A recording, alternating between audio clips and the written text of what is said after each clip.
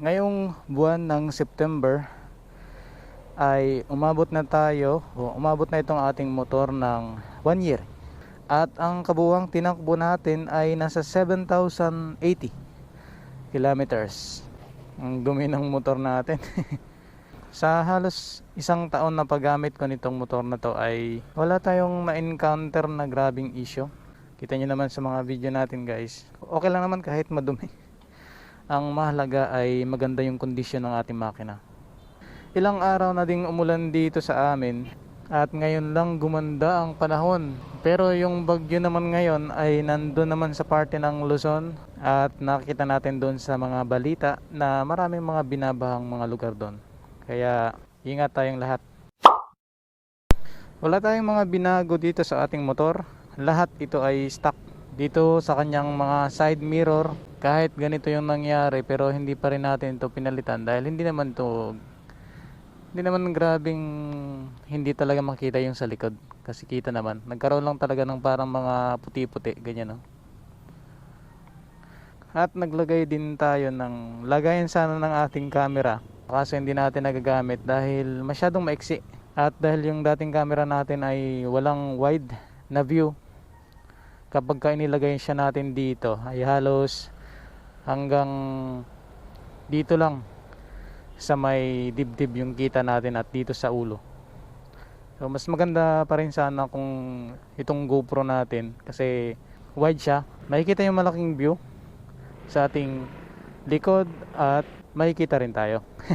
Nagbabalak din tayong maglagay ng gear indicator.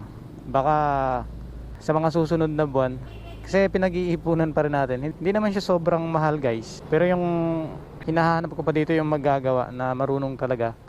Kasi mas maganda na yung malinis yung pagkagawa at hindi malagay sa alanganin itong ating FI. Kasi mahirap na baka magka-diferensya din itong ating FI.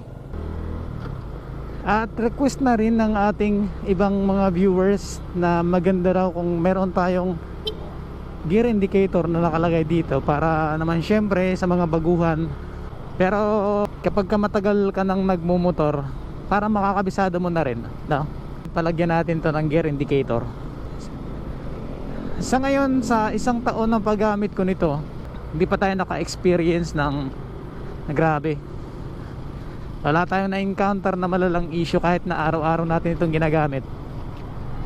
Marahil yung iba dito sa atin guys ay umabot na ito sa kanila ng ilang taon or yung iba ay nasa bago pa lang din sa kanila.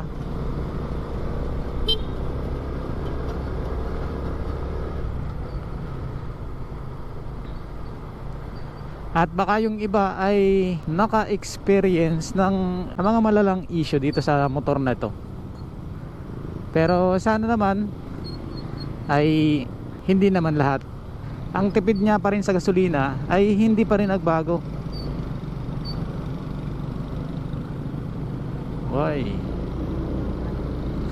Matipid pa rin siya guys.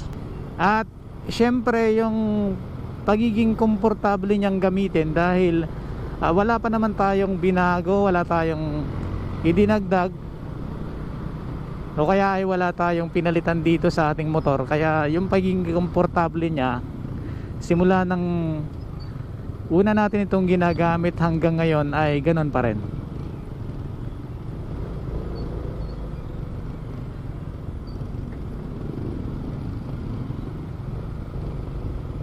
Traffic.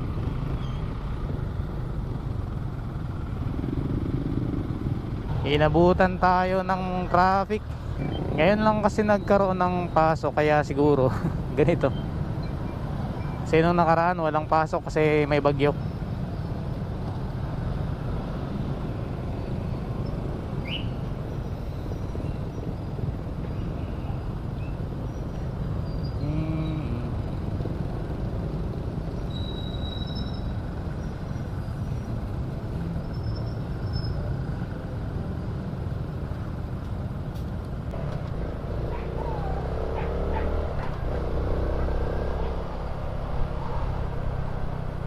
Sa gamit nating langis na halos ilang buwan na rin itong Shell Advance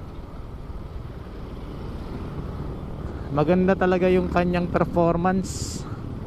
Sulit.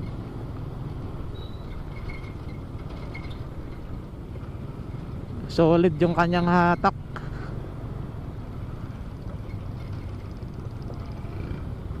Ang liit ng mga gulong ni kuya. Ano kayang tawag dyan sa concept na yan?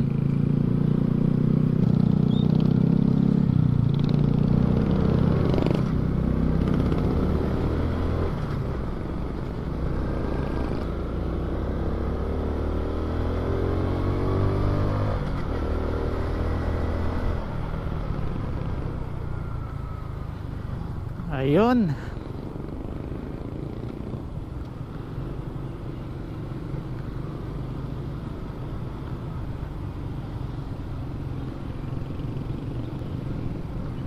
Papunta na tayo sa ating trabaho ngayon.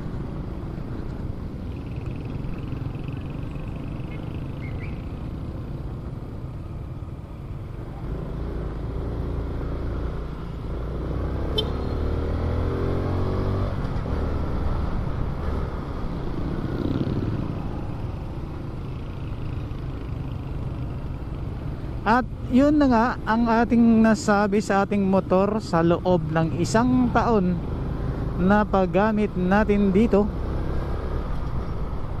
At sana sa mga darating pang taon na paggamit natin dito sa ating XRM 125 ay hindi sana tayo magkaroon ng malalang issue, no? So nakadepende na rin sa ating paggamit yung magiging performance ng ating motor, syempre.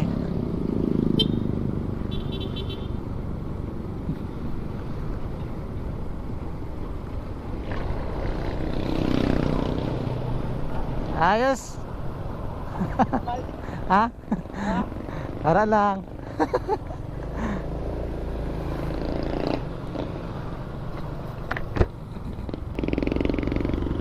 Siyempre kung iniingatan natin at mini-maintain natin yung ating motor sa langis at sa iba pang mga parts na dapat i-maintain dito, siguradong tatagal itong ating motor.